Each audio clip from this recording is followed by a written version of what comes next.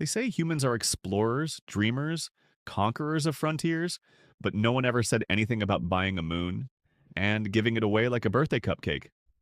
Hi, I'm Mr. Beast, and a few weeks ago I discovered something ridiculous. There's a tiny moon orbiting Jupiter, about the size of a bored watermelon, that legally, technically, unbelievably, no one really owns. And thanks to a few legal loopholes, a tired lawyer, and way too much free time, I claimed it. That's right. I now legally own a moon. Not metaphorically, not symbolically. An actual moon. So obviously I'm giving it away. The rules are simple. I'm sending 10 people to this moon. Whoever stays the longest wins the moon. I call it last to leave the moon wins it. Now, before you ask, yes, this is real. Yes, it's dumb. And yes, NASA emailed me 6 times with the subject line, please stop. But hey, they should have known what happens when you leave space unattended and the internet gets involved. It all started as a joke in the office. We were throwing around challenge ideas. Buy an island, turn a volcano into a hot tub, build a trampoline that touches the stratosphere. You know, normal Tuesday stuff. Then Chandler, mid-mouthful of nachos, said the words that changed everything. What if we just, bought space? Everyone laughed, except me. Because my brain, unfortunately, has no brakes. I stayed up all night, surrounded by energy drinks, legal PDFs, and a Wikipedia rabbit hole that led me to a tiny celestial rock called S/2003 J12. It's a moon no one cared about. Too small to live on, too cold to visit, and, according to the internet, of no practical value whatsoever. Perfect. I contacted a lawyer who said, this is either genius or completely insane. I said, yes. And 2 days later, I had papers filed under the title, Transfer of Symbolic Non-Governmental Lunar Authority for the Purpose of Digital Entertainment-Based Giveaway. Even the lawyer couldn't say it without laughing. And so the moon giveaway was born. Now came the real fun, building a crew. I picked my usual suspects. Carl, who once tried to build a sauna out of pool noodles. Chandler, who brings snacks to every mission and forgets the actual mission. Chris, who takes everything way too seriously and now calls himself Commander Crunch. And of course, Steve, the golden retriever. Not for emotional support, just because he looks amazing in a space helmet. We also brought 5 influencers. Let's just say, if oxygen was optional, a few of them would be in trouble. One arrived with 200 pounds of makeup and said, do they have ring lights on Jupiter? Another kept calling the moon the crypto frontier and tried to mint it as an NFT before we even launched. And one of them backed out the second they realized there were no TikTok filters in space. I didn't care. The content would be incredible. Then something weird happened. Elon Musk tweeted. Just one word. Bro, what? That's when I knew I'd gone too far, which for me means I was doing it exactly right. Even SpaceX reached out, not to stop me, but to ask if I was serious. I said, dead serious. They said, send us a PowerPoint. So I did. It had glitter fonts, pictures of the moon, and a 30-slide argument on why golden retrievers make great astronauts. They approved it. And then NASA called. A very tired-sounding official asked me what my endgame was. I said, entertainment, chaos, and maybe lunar real estate giveaways. Also, I brought snacks. They hung up, respectfully. Now, you're probably thinking, is this even safe? The answer is define safe. We've got top-tier training, snacks for days, and Carl brought a gnome named Trevor to help with emotional support and possible terraforming rituals. Chandler is still trying to smuggle ranch dressing into his spacesuit. Chris is drawing a battle map in the shape of a pizza. And Steve the dog? He's already peed on the moon flag. Marking territory, smart guy. We're not just going to space. We're turning the universe's most forgotten moon into the world's weirdest prize. What happens when 10 Earthlings with very few survival skills land on a lifeless rock, and one of them gets to own it forever? Will they compete? Will they go crazy? Will the dog rise to power and declare himself Moon King? There's only one way to find out, because this isn't just a challenge, it's a cosmic level meme, a legally questionable lunar experiment, and possibly the best or dumbest thing I've ever done. And the best part? This is just the beginning. Launch day, the moment where dreams take flight. Or in our case, where 10 semi-qualified humans and one disturbingly competent golden retriever strap themselves to a glorified soda can and pray for Wi-Fi in orbit. Our ride, not just any rocket. Oh no, this wasn't your cold, gray, serious government-type shuttle. We were boarding the sponsored shuttle. Its sleek white body was plastered with enough logos to look like a Formula One car made love to a YouTube mid-roll ad. NordVPN on the side. Raid Shadow legends painted across the nose cone. Feastables everywhere else, yet because if you're going to orbit the galaxy, you might as well snack on chocolate bars shaped like meteors. It was ridiculous. It was corporate. It was also fully functional. Somehow. Now, you might imagine a very dramatic launch process. Serious checklists, solemn astronauts nodding, tears, slow motion walking to the ship. Not here. Instead, it began with me yelling through a megaphone, "If you forget your space pants, you're out." No one knew what space pants were, including me. I just wanted them alert. Chandler, predictably, was already late. Again. He came jogging across the tarmac, holding a smoothie, wearing flip-flops and shouting, "Guys, do we really need the helmet? I brought a hat." The hat said Moon Vibes in sparkly letters. He held up a neon bucket hat like it was a NASA-approved miracle of engineering. I asked him, "Where's your actual helmet?" He blinked twice and said, "I left it in the bathroom." Maybe. Carl, meanwhile, had packed a flamethrower, because apparently that seemed reasonable to him. When I asked him why, he just said, "You never know when you need to defend your crater." NASA was not pleased. Their exact words were, "Please stop encouraging him." Followed by, "Is that gnome also armed?" It was. Trevor the garden gnome now had a tiny helmet and a Nerf pistol duct taped to his hand. Carl said Trevor was the official moon security system. No one challenged this. Meanwhile, Chris was pacing like a nervous dad at a science fair, double-checking everything on his list. Oxygen tanks? Check. Radiation shielding? Check. Custom foam mattress with built-in moon massage settings? Also check. He turned his capsule into a space Airbnb with 5-star review and from himself. And then there was Steve, the dog. If there was ever doubt about who the most capable crew member was, it vanished when Steve casually sat in his seat, buckled himself in, and activated his oxygen unit with his nose. I am not making this up. Steve is 100% more qualified than at least 3 influencers on board. The influencers were, well, let's call them unprepared with confidence. One of them brought a full suitcase of skincare and 0 socks. Another was filming a launch date GRWM video while standing backwards in the flight prep chamber. One guy kept asking where the space bar was so he could order an Orbitini. I told him we only serve 0 gravity juice boxes. He didn't blink, and just when you thought it couldn't get weirder, one of the influencers pulled me aside and whispered, "Hey, is it true the moon has a secret Stargate?" I stared at him. He stared back. Eventually, I just said, "Only if you win." That kept him quiet for 6 minutes.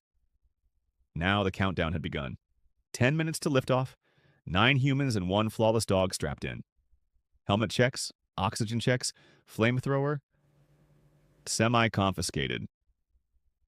Carl pouted, but we let him keep the garden gnome as emotional support.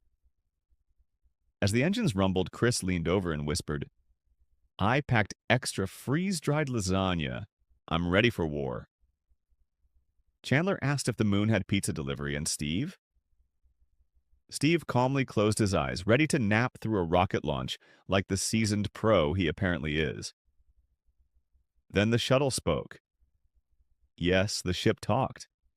That was a last-minute upgrade, courtesy of our AI sponsor. A robotic voice echoed, "Welcome to Sponsored Shuttle 1. Please keep all arms, legs, and questionable ideas inside the spacecraft at all times." Carl saluted. No one told him to, but it felt appropriate. The countdown hit 0. The engines roared. The ship shook. Someone screamed. Might have been me. Might have been the crypto influencer when he realized his Bitcoin wallet didn't work in space. And just like that, we were airborne, climbing past clouds, past sound, past reason. The earth fell away beneath us like a bad subscription plan. The sky turned black. And for the first time, silence. The kind of silence that makes you realize you're not on Earth anymore. We floated. Weightless, ridiculous. Floating chunks of Feastables bounced off helmets like sweet edible asteroids. Carl's gnome drifted past my face, glaring at me with judgmental ceramic eyes. And Steve? He wagged his tail in 0 gravity. Somehow perfectly timed to Beethoven's Fifth playing inside my head. We were on our way. To the moon no one wanted, to the contest no one asked for, to landing on the moon should have been a solemn, historic moment. For us, it was more like a field trip led by a substitute teacher who gave up 10 minutes in. As we touched down, the cabin lights flickered pink, glitter cannons went off, and the entire ship's speaker system played a robotic voice saying, "Congratulations! You've arrived at Beast Moon." Outside the window, blinking in all its ridiculous glory, stood a 12-foot neon sign that read, "Welcome to Beast Moon, where sanity goes to die." It was powered by solar panels and pure ego. Chris, looking out the window, muttered, "We've officially broken science." Steve barked once, which I'm 90% sure was him saying, "Told you so." Now, most people would set up base camp, run tests, maybe plant a flag.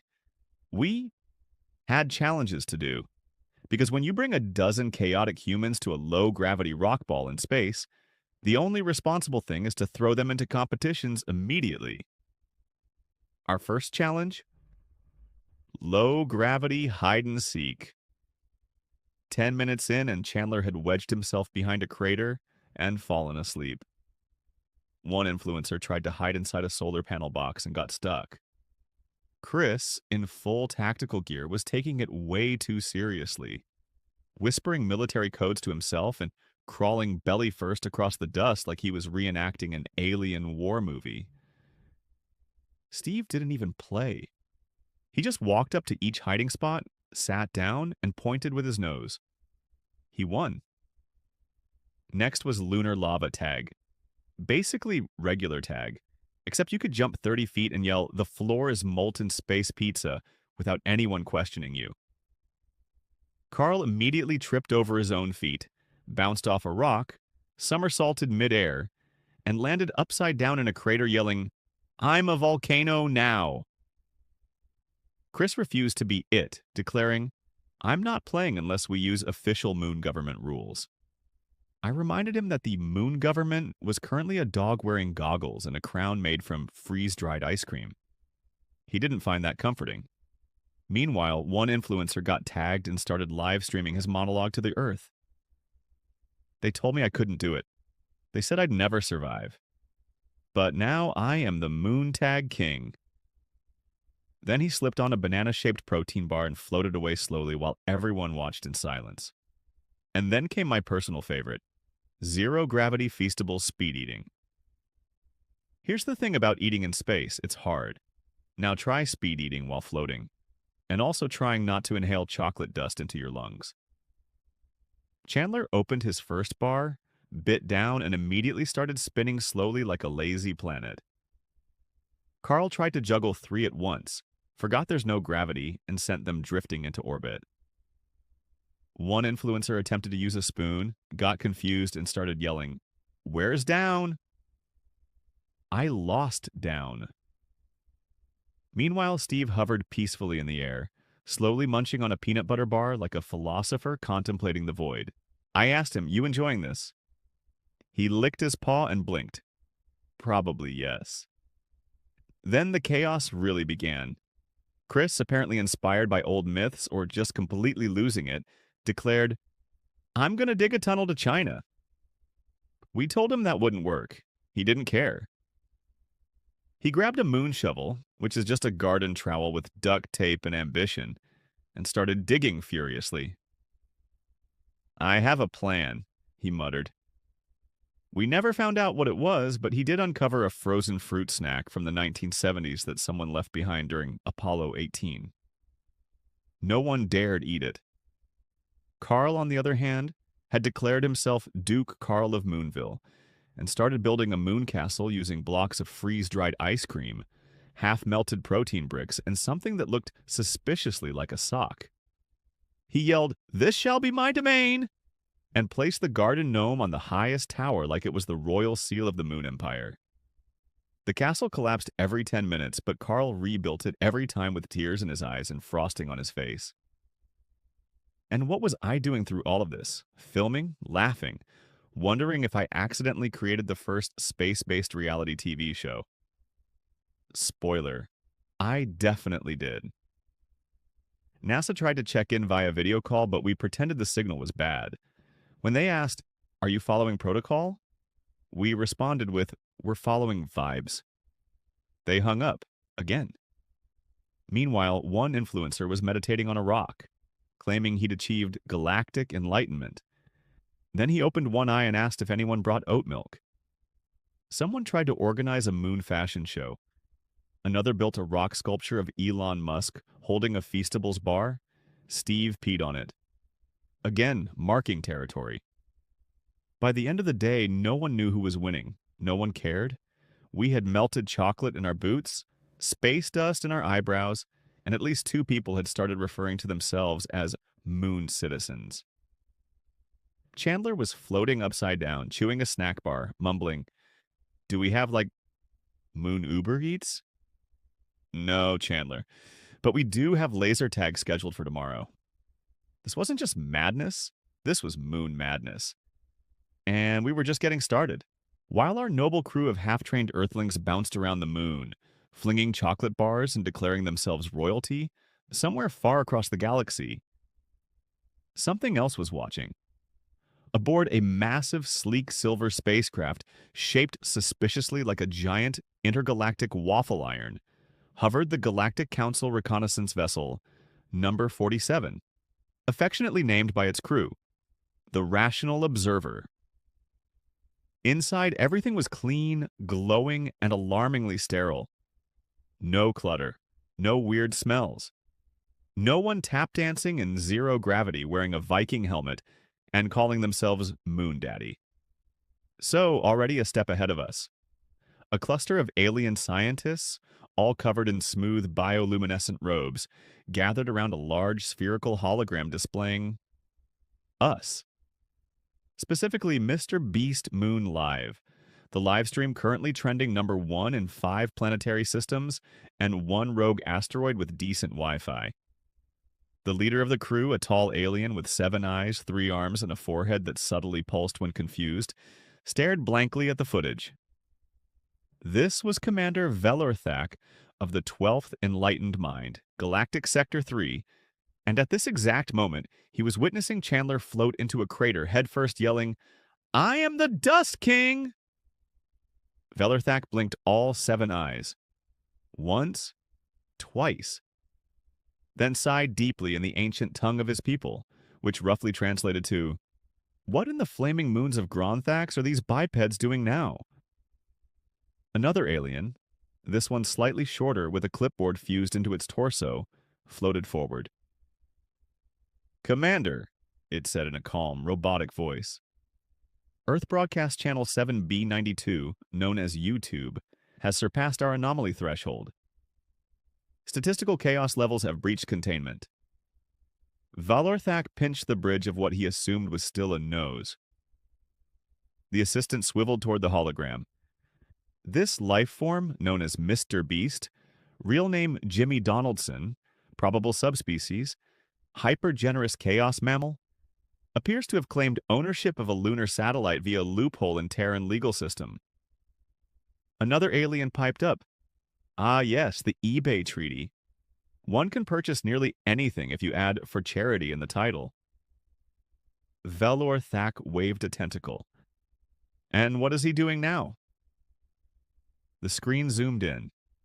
We see Carl, now wearing a cape made of energy drink wrappers, declare himself Moon Chancellor for snack affairs. In the background, Steve the dog plays fetch with what looks suspiciously like a piece of meteorite. Another alien gasped. They're weaponizing snacks. Velorthak's eyes flared. They've invented feastable diplomacy. One of the interns whispered, "They're calling their moon base Beastopia." Someone else whispered back, "They built a chocolate throne." Another added, "They just had a rock-paper-scissors duel over who gets to name the toilet." It was chaos, unfiltered, unregulated, deeply human chaos. And it was being broadcast at 1080p with subtitles in 9 galactic languages. The Rational Observer's data console beeped. An analysis graph appeared, a wavy chart labeled Collective Earth Intelligence versus Moon Behavior. The line dipped sharply into a section labeled, "Oh no." Velorthak leaned forward. "Do they know we're watching?" The assistant hesitated. "They've guessed." Guessed? Well, one of the moon dwellers recently placed a garden gnome facing the stars and said, "This is how we bait the space people." Velorthak froze. "They're baiting us with a statue." "It seems to be working," the assistant replied flatly. The crew was silent. Finally, Velorthak straightened his many limbs and spoke with the weight of 1,000 years of logic. "We must intervene." Gasps echoed around the deck. An alien with too many elbows whispered, "But we haven't made contact since the Earthlings tried to microwave a burrito using solar panels." Velorthak raised his voice. "Exactly. And now they are sending untrained influencers into space, challenging each other to snack duels, digging holes to fictional Earth countries, and potentially crowning a golden retriever as their lunar leader." Steve barked from the live stream. It echoed across the ship. The commander turned to his chief diplomat, a squishy glowing orb in a vest. "Prepare a landing craft. Set course for their lunar zone of idiocy." The orb wobbled. "What's our mission directive?" Velorthak's tentacles twitched. "Observe, communicate, and if necessary, contain the chaos before it spreads across the cosmos." The screen cut back to Carl, who was now juggling space ice cream while shouting, "I declare Martian independence!" Velorthak narrowed his eyes. Or at least figure out what snacks they're using. Those feastables look suspiciously delicious. And with that, the Rational Observer turned. Silent, swift. On a direct collision course with the single weirdest project Earth has ever launched into orbit. They had seen enough. The humans were out of contrary, and now the aliens were coming. Not to destroy us, not to conquer, but to ask the most important question in the universe. What in the name of the multiverse is a challenge video? The grand finale of the last to leave the moon challenge. 6 Earthlings, 1 golden retriever, and a cardboard crown made out of protein bar boxes. All battling for the right to own a small moon, Mr. Beast, bought off a suspicious legal loophole, and one guy on Reddit. The energy was electric. Carl had declared a Moon Hunger Games peace treaty, though no one really understood the terms. Chris wore a sash that said Emperor of Gravity, and Chandler had grown a mustache made entirely out of lunar dust and determination. He called it the Moon Stash. It looked like a fuzzy caterpillar crawling across his lip trying to escape. Meanwhile, Steve the dog had accidentally become the crowd favorite. mostly because he was the only one who hadn't tried to eat part of the habitat at any point. I, Mr. Beast, stood triumphantly atop a small crater-shaped stage made out of duct tape, moon rocks, and sponsored banners fluttering proudly behind me. I cleared my throat. Ladies, gentlemen, influencers, and certified mammals. The moment has arrived. The winner of this moon is BWWWMM. The sky ripped open. No, like literally ripped. A glowing crack appeared in the blackness of space, and from it emerged a giant, shimmering spaceship shaped like a cosmic toaster oven. Lights blinked. Gravity pulsed weirdly. Carl dropped his moon scepter. A glowing alien ship descended directly into frame, kicking up moon dust like an overenthusiastic dad parking his RV at a campsite for the first time. Chris squinted. Is that Elon? No, Carl whispered. It's worse. It's something logical. The ship hovered silently, then slowly, eerily lowered a glowing ramp. At the top of the ramp appeared Commander Velorthak, wearing ceremonial robes, a sparkly translator headset, and the permanent facial expression of someone who just sat on a mystery wet spot. He looked around at the humans holding glittery flags, moon snacks, and a giant cardboard cutout of Steve that said, "All hail Doge." Then I, in full Mr. Beast form, raised one finger and said, "Hold up, before we do this, quick shout out to our sponsor, HelloFresh." Even the aliens flinched. Today's moon finale is powered by HelloFresh, I continued, holding up a perfectly vacuum-sealed meal kit, spinning slowly in zero gravity. With pre-measured ingredients and over 40 weekly options, even your average moon lunatic can cook like a chef. Right, Chandler? Chandler attempted to open a HelloFresh bag upside down, spilling space tofu into orbit. Nailed it! He shouted. Commander Velor's Thak turned to his assistant. What? What is happening? The assistant tapped its translator crystal. I believe they are inserting unrelated commerce into their victory rituals. Why? Profit. The entire alien delegation gasped. One clutched their gills. They're monetizing intergalactic triumph. Another whispered, their economy is based on attention span, compression. Velorthak blinked all 7 eyes and said, flatly, I hate it here. Back on the surface, I finally wrapped up the sponsor segment and tossed the HelloFresh box toward Steve, who caught it midair like a champion.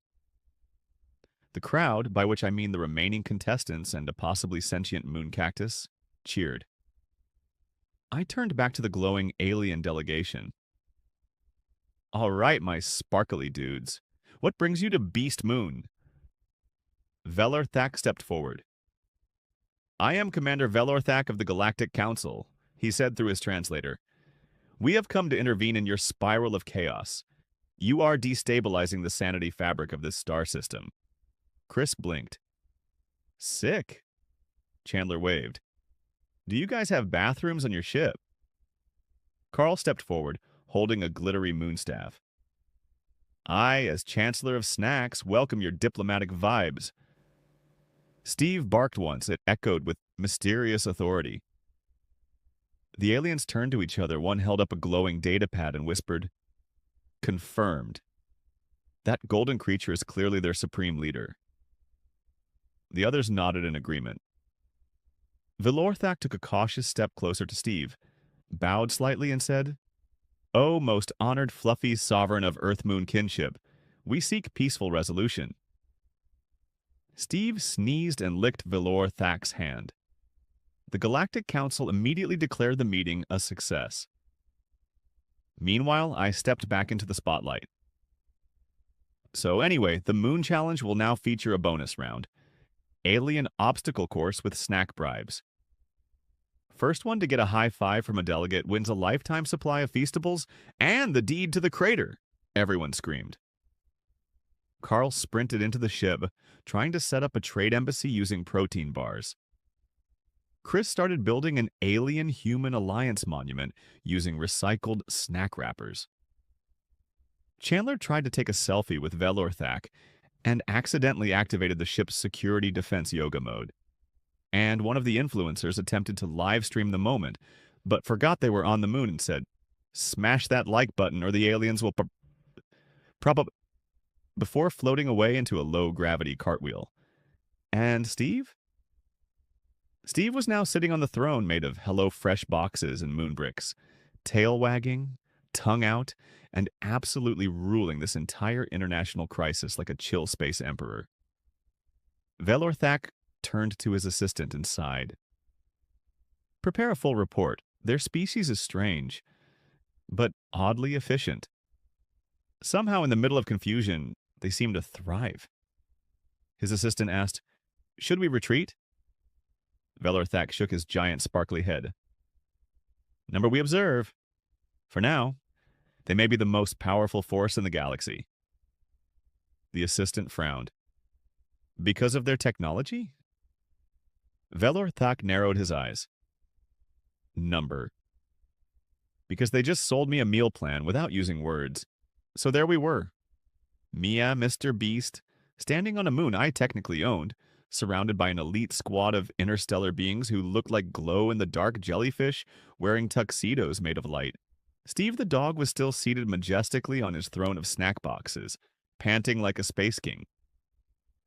Chandler was trying to high-five a moon rock. Chris was asking an alien if their eyes had eyelids. And Carl? Carl had just attempted to teach an alien how to floss.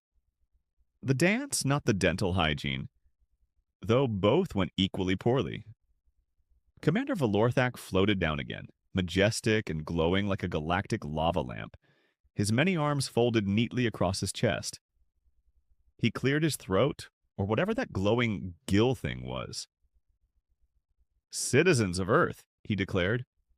"After careful observation of your moon rituals, snack feasts, space jumping, and the consumption of compressed protein discs called feastables, we have come to a unanimous conclusion." Everyone leaned in. The tension was thick. Velorthak pointed dramatically at me.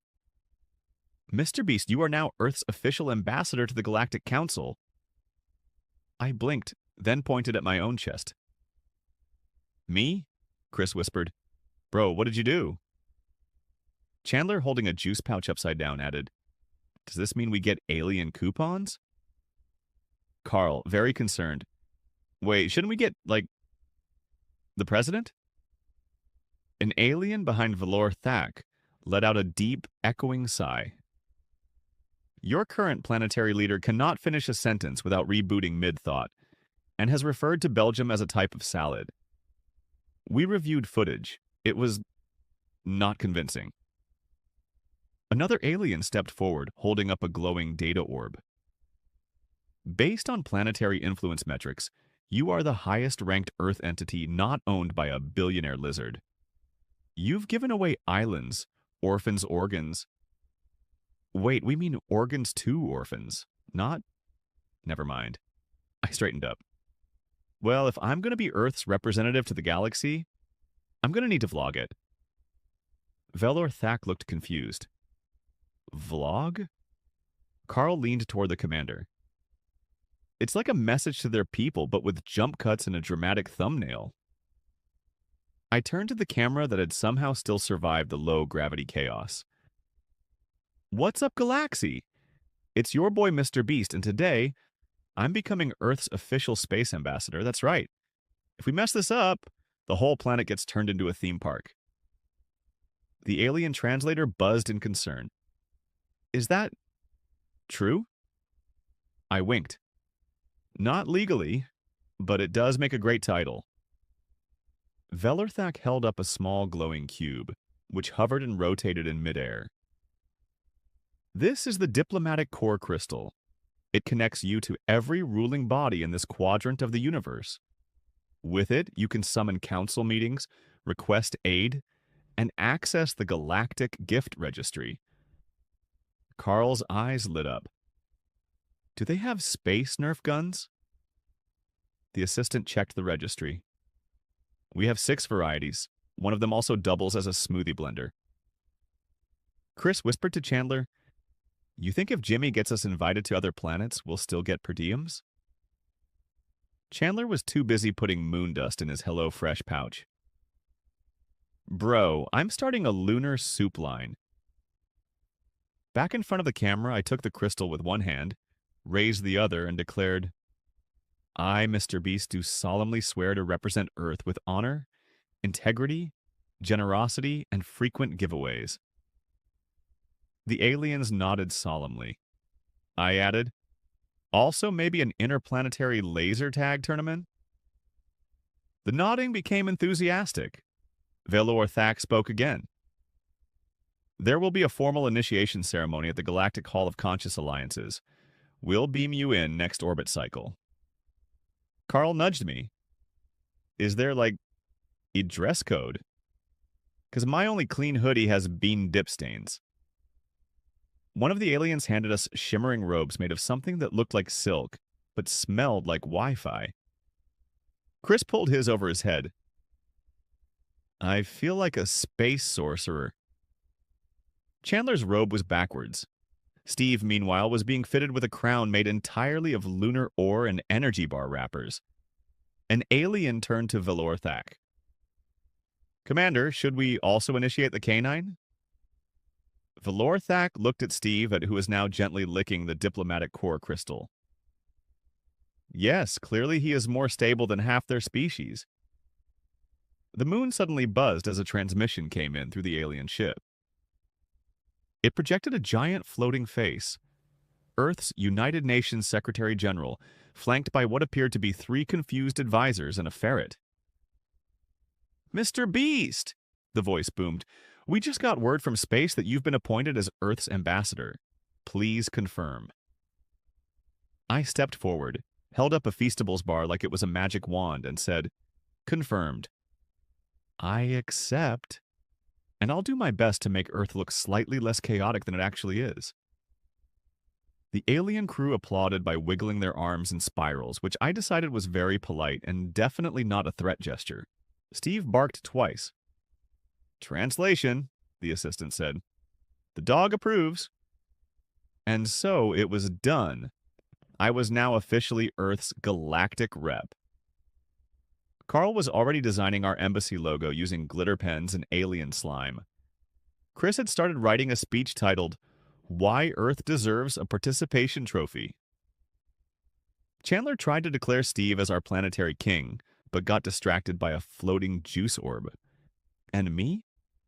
I had a new goal. Not just to give away money, but to give away hope.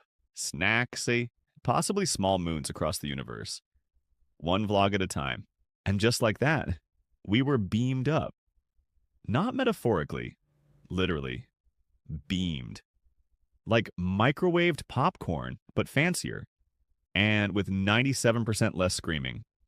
One moment, I was on my moon, holding a Feastables bar and a dog wearing a robe. The next, we were standing in a hallway that looked like a neon-lit space cathedral, designed by a Rubik's Cube on a sugar rush. "Welcome aboard the Galactic Mothership Diplomatic Eggplant," said a voice that sounded like Morgan Freeman if he were also a blender. Chris squinted. "Did they say eggplant?" Carl nodded. "Pretty sure it's a translation glitch, or maybe it's just trendy in space." Chandler, however, was too distracted by floating furniture to care. "Bro, these chairs are vibing. They're literally hovering." One of the aliens handed me a glowing badge that pulsed when I blinked. "This is your challenge token. To prove Earth's worthiness, you must complete the Trial of Unity.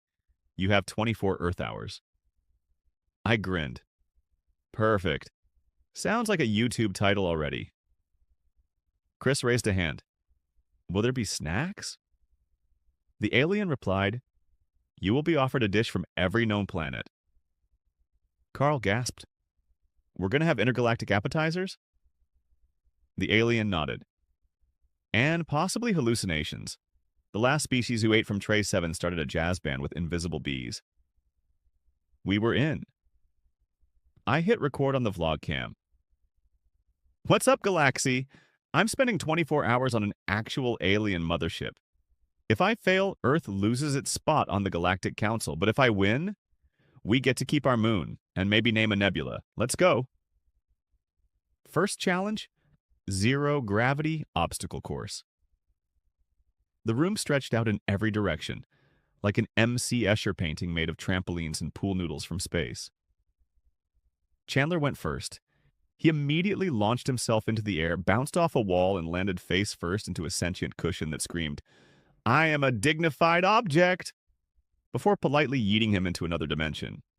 Chris tried to somersault his way through a gravity loop, but got stuck spinning in midair like a rotisserie chicken. "This is my life now," he whispered, slowly rotating. Carl, on the other hand, performed an elegant space cartwheel, landed on a floating disc, and shouted, "This is just gymnastics but in a disco." Steve, the golden retriever, floated calmly through the entire course, booped the final checkpoint with his nose, and earned a standing ovation from 3 alien diplomats and a floating jellyfish choir. Second challenge, laser dodgeball. "Standard rules," the alien referee said, handing us glowing suits. "Except the balls are plasma and the floor is made of confused gravity." "Confused how?" I asked. "Sometimes it goes up," he replied, and vanished. The game started instantly. Chandler dodged the first ball by sneezing and accidentally phasing through the floor. He screamed, disappeared into a wormhole, and was gone for a solid 5 minutes. Carl did a Matrix-style backbend, narrowly missing a glowing plasma orb that shouted, "Get dodged, peasant!" Chris tried to throw a ball but accidentally threw himself. He cartwheeled into a ceiling fan that was technically not real but still very offended. Meanwhile, I hit 3 direct shots and was crowned MVP of the round. An alien presented me with a crown made of sparkles and respect. I tried to eat it. It tasted like melted dignity. Then, just as we were regrouping, the wormhole opened back up. Chandler popped out, eyes glowing faintly, standing perfectly still. He blinked once and calmly said, "Bonjour, konnichiwa, zdravo, I have returned. I am fluent in 17 languages, including whale." Steve barked twice. Chandler replied in a complex series of barks, tail wags, and polite sniffs. Chris stared. Did Chandler just become multilingual and emotionally stable? Carl gasped. He's evolving. Chandler nodded. I have glimpsed the truth beyond time. Also, I now know how to make perfect risotto. Then he walked into a wall. Final challenge. Eat this galactic slime or lose a galaxy. The table was set with trays of glowing, jiggly, occasionally hissing substances. One of them twitched, another levitated. A third one softly whispered, "Consume me," in Latin. Chris looked at the green bowl. This one smells like old Play-Doh and regret. Carl licked a sample and immediately saw a vision of his third-grade math teacher breakdancing. Chandler, now eerily serene, examined his slime and said, "This flavor profile is cosmically balanced. Notes of asteroid, anguish, and elderberry." I grabbed my spoon. You know what? I've eaten century eggs, 3-week-old pizzas, and a jalapeno lollipop Carl made during the spicy food only challenge. I took a bite of the galactic slime. Reality rippled. I saw colors that didn't exist. I heard the music of the spheres. I relived every awkward handshake I've ever had. Then it passed, and I opened my eyes to applause. Velerthak appeared in a shimmering burst of logic. You have completed the trial of unity. Earth retains its position. You are worthy. Chris cheered. We did it! Carl hugged a random alien. The alien screamed, "Unauthorized hugging!" Chandler sat calmly on a hover bench, sipping interstellar tea. And Steve? He jumped on the ceremonial slime tray and started licking it like a proud raccoon. I turned to the camera for the outro. I survived 24 hours on an alien mothership, with my crew, my dog, and my digestive system mostly intact. Earth is safe, and next up, I'm giving away a black hole. Don't forget to subscribe. Then I winked. Steve burped. And somewhere across the galaxy, a confused alien subscribed and said, "What is a like button? And why does it feel emotionally satisfying to smash it?" So, quick recap. I'd survived a 24-hour challenge on a mothership, eaten galaxy-flavored slime, dodged plasma dodgeballs, and watched Chandler become a fluent philosopher after 5 minutes in a wormhole. Pretty standard Tuesday. We were just about to beam back to Beast Moon when I had what I can only describe as a brain sparkle moment. A rare mental event that usually results in giving away islands, private jets, or in this case, an alien warship. Because, well, why not? It started innocently enough. I was filming a vlog wrap-up still wearing my Galactic Ambassador robe trademark, which Carl bedazzled with glow-in-the-dark googly eyes, when I spotted a lonely-looking alien mopping the corner of the command deck. He was gray, short, slightly fuzzy, and his mop had a name tag. MOOP, Maintenance Officer of Portals. I turned to the camera. "Guys, today I'm doing a random act of kindness. You know how I like giving away cars and houses and islands?" Carl whispered. "Don't forget that time you gave Chandler a vending machine filled with socks." "Right," I nodded. "Well, today, I'm giving away this entire alien warship to that guy." Chris's jaw dropped. "Jimmy, that's a fully weaponized cruiser capable of folding time." Chandler blinked. "Is this going to void our warranty with the galaxy?"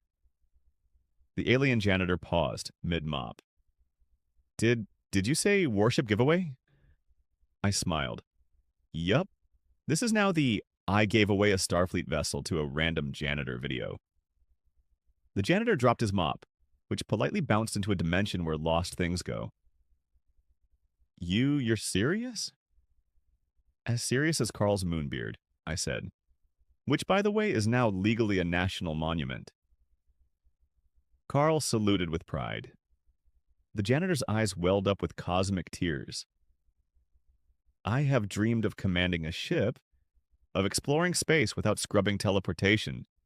Goo off walls. My people are stuck under the rule of a slime tyrant named Blorbag the Moist. I could save them with this ship." Chris scratched his head. "Wait, did we just accidentally start a revolution?" Chandler whispered. "Bro, we're making democracy with giveaways." The janitor bowed deeply. "I shall name this ship the SS Feastable." Then he climbed into the captain's chair, hit 5 buttons with no labels, and the warship began shimmering with new color schemes, a karaoke lounge, and somehow a merch store. The lights flickered. An alert blared in 7 languages. "Warning, vessel has changed ownership. Authorization now belongs to janitor-class citizen, Moop." An alien officer ran in. "Commander, the ship has been claimed by a mop man?" Velor Thak appeared, completely baffled. "Mr. Beast, did you just transfer military control of a Class 7 diplomatic vessel via giveaway?" I nodded. "With full thumbnail and sponsored link." He blinked slowly. "You are either a genius strategist or a very stylish threat to galactic order." Chandler leaned over and whispered to Carl, "Why does it feel like we just committed space treason?" Carl replied, "Only if we lose views." Chris crossed his arms. "So, where's Moop going now?" Moop, now wearing sunglasses and a cape made of ship towels, turned to us and said, "To liberate the Slime Nebula. Blorbag's reign ends today." He saluted us. "And if I survive, I will name our capital Beastgrad." Then he punched in coordinates, waved goodbye, and the ship blasted off with a dramatic whoosh that we definitely imagined because, again, no sound in space. A few moments later, we were back on Beast Moon, slightly dazed, slightly proud, and very unsure if we'd just committed a diplomatic miracle or galactic-level fraud. A transmission popped up in the sky like a massive notification bubble. Breaking news. Moop defeats. Slime Tyrant declares himself emperor. Thanks. Earthling must beast for sparking revolution. Chris turned to me, mouth hanging open. You made a janitor a galactic emperor, Carl added, with a ship that had a smoothie bar. Chandler slowly nodded. We might be unstoppable. Valerthak's hologram shimmered back in, looking like he'd aged 3 centuries and also maybe cried in a storage closet. This was not how diplomacy was supposed to go. I smiled. But you gotta admit, it worked. He sighed deeply. Technically, yes. A known tyrant has been overthrown. Peace talks in the Slime Nebula have begun. Moop's approval rating is at 97%, and galactic influencers are now trying to replicate your giveaway strategy. Chris whispered, Wait until they see our next thumbnail. I gave a star to a goat. Valerthak groaned. We must revise every known rule of interstellar diplomacy. Immediately. I patted the crystal ambassador badge on my robe. Just doing my job. Chandler sat cross-legged on a moon rock. So, are we the good guys now? Carl held up a Feastables bar. I mean, if this gets into other galaxies, we might be the most popular snack-based government ever.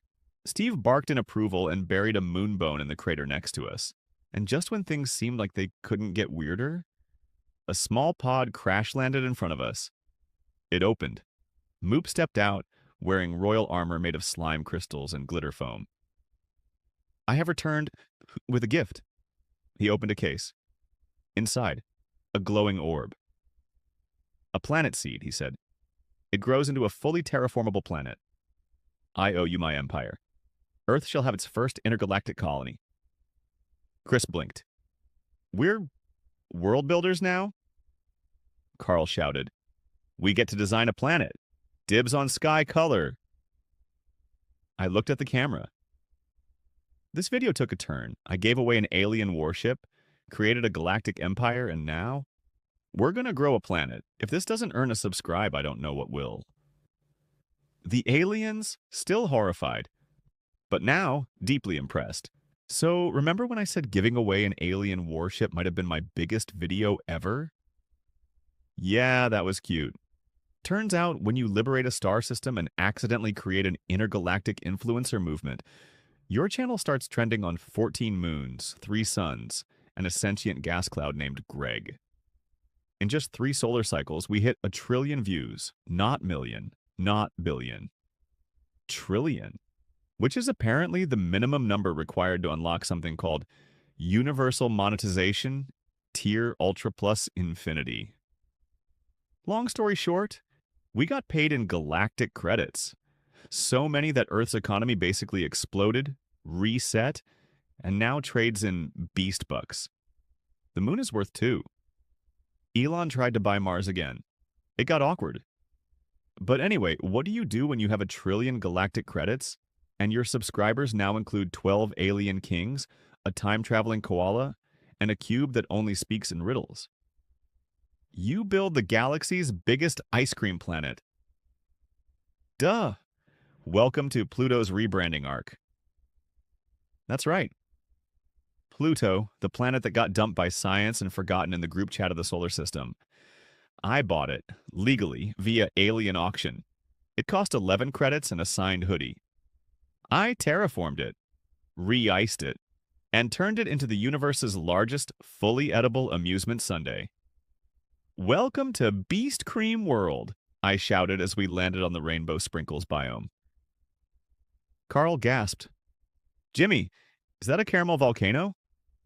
Yup, I said proudly. Erupts twice a day. Shoots hot fudge. We had to install safety marshmallows. Chandler fell into a whipped cream crater, stood up and just whispered, I never want to leave. Chris ran past us in an ice cream cart shaped like a dolphin. I'm opening a popsicle dojo. Steve, our loyal golden retriever now wearing a galactic mayoral sash, was already handing out feastables from a cookie igloo. Every time he barked, a new alien tourist showed up. And oh boy, the aliens showed up. Tall, gooey, spiky, translucent, glowing. All shapes and flavors. All wearing knockoff Mr. Beast merch that said things like, subscribe or be vaporized, and I eat planets but nicely. One of them had a tattoo of my face on his forehead, but like inside his forehead. I'm still trying to figure that out. Jimmy, Chris said, looking at the sky, there's a spaceship line that stretches around the planet. I smiled. Yup, that's the all-you-can-lick Glacier Speedway. We give tourists jetpacks and let them zoom across peppermint mountains. Carl nearly wept. This is what dreams taste like. We'd done it. Pluto, once the underdog of the cosmos, was now Beast Cream World, home of the Intergalactic Ice Cream Olympics, the semi-sentient Sprinkles Pavilion, and the galaxy's first theme park entirely made of desserts. We even made a new national anthem. It was just me yelling more whipped cream in auto-tune for 3 minutes, but it charted on 5 planets. Then came the parade. It started when a delegation of squishy diplomats from the Gloop sector arrived with a marching band that played invisible instruments powered by emotion. They declared Earth an entertainment superpower and requested Ambassador Steve pose for a series of holographic stamps. Steve obliged. He even signed a paw print contract. It was very legally binding. Jimmy, said Valorthak, appearing again in a swirl of spacelight. The Galactic Council has questions. I nodded. Hit me. Did you declare Pluto a desert planet? Yup. Did you make a roller coaster that loops through Saturn's rings? Yup.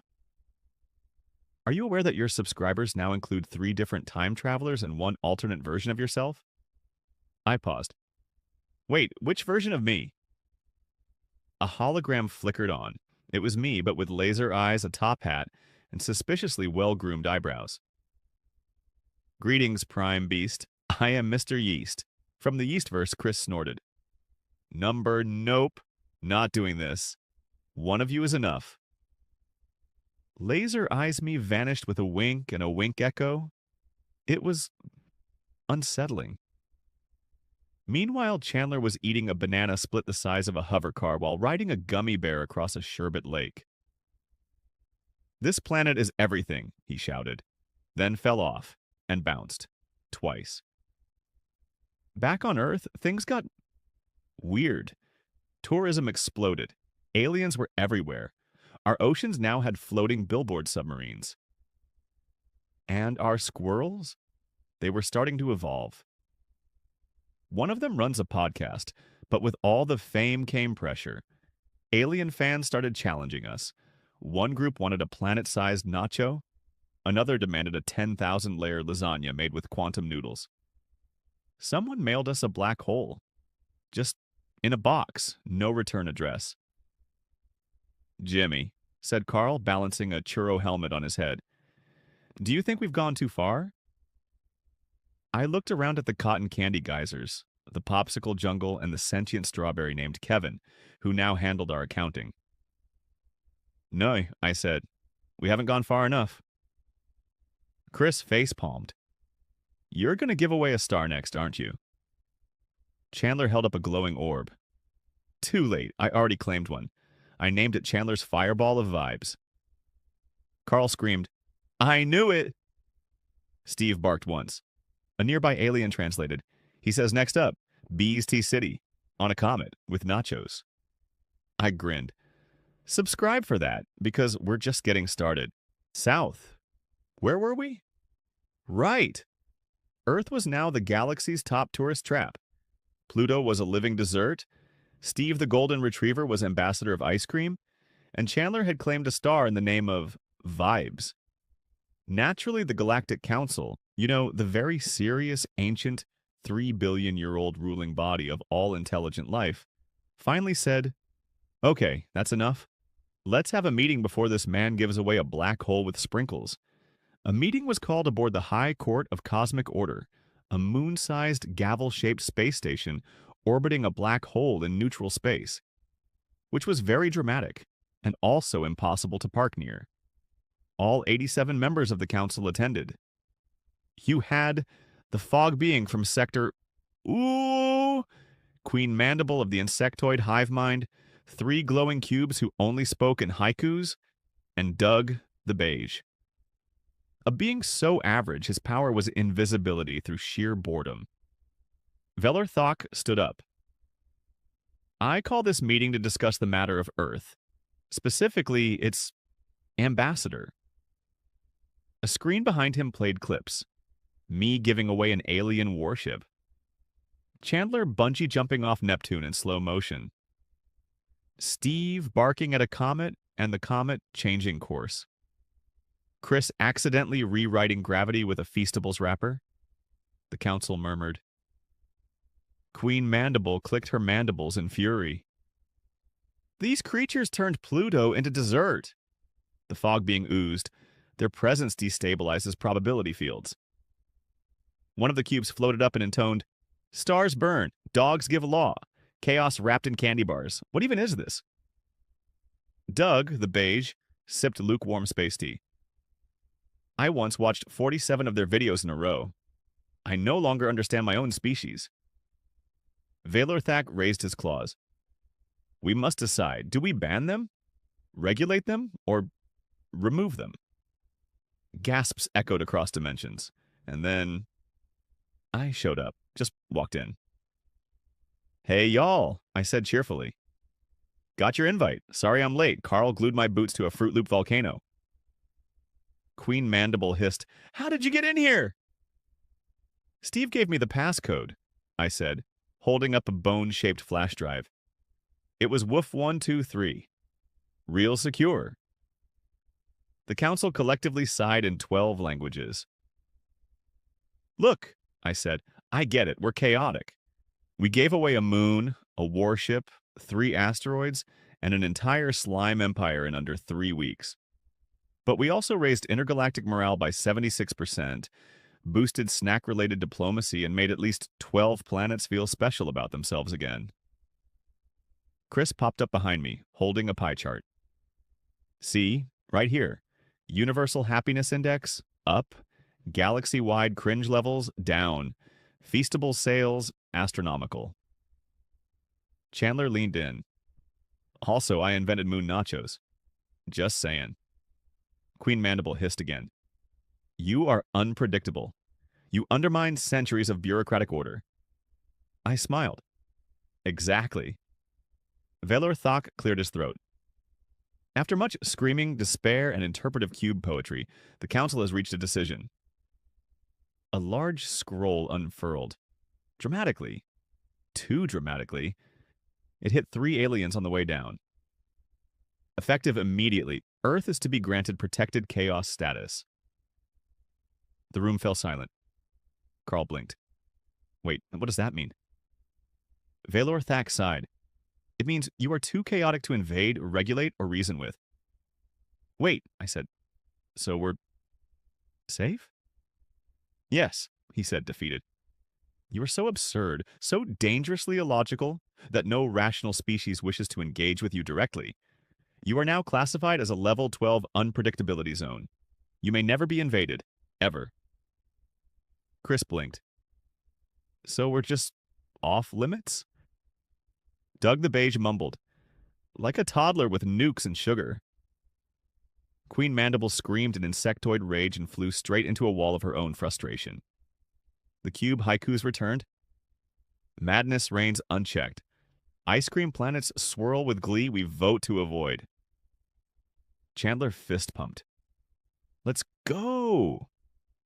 The news hit the universe in under 10 minutes. Notifications exploded across thousands of dimensions. The headlines, Earth officially too weird to mess with. Mr. Beast declared uncontainable entity. Galactic Council just gave up.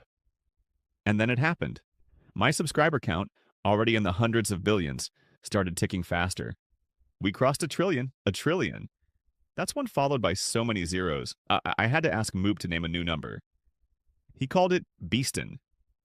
Half of our new subscribers? Slime creatures. Sentient goo from every corner of the cosmos. And their comments? Steve became a slime whisperer. Chandler opened a merch store just for gelatinous fans. Chris invented a sport where you race down banana peels in zero G, which somehow went mega viral on Glorbnet. Carl launched a limited edition perfume, Chaos by Beast. It smells like static and frosting, and me, I just kept filming. Today, I said into the mic, standing on a comet shaped like a duck, I'm giving away a mini galaxy. Whoever survives my next challenge gets to rename it, forever. Carl shouted, I'm naming it Spaghettiverse. Chandler yelled, No! Planet W. Risington. Chris sighed. This is why the council gave up. And in the background, 1,000 alien fans cheered in goo, light, dance, and interpretive juggling. Earth had officially become the galaxy's weirdest, most watched, uninvadable reality show. And I wouldn't have it any other way. Roll outro, subscribe, or Chandler gives your moon a weird mustache.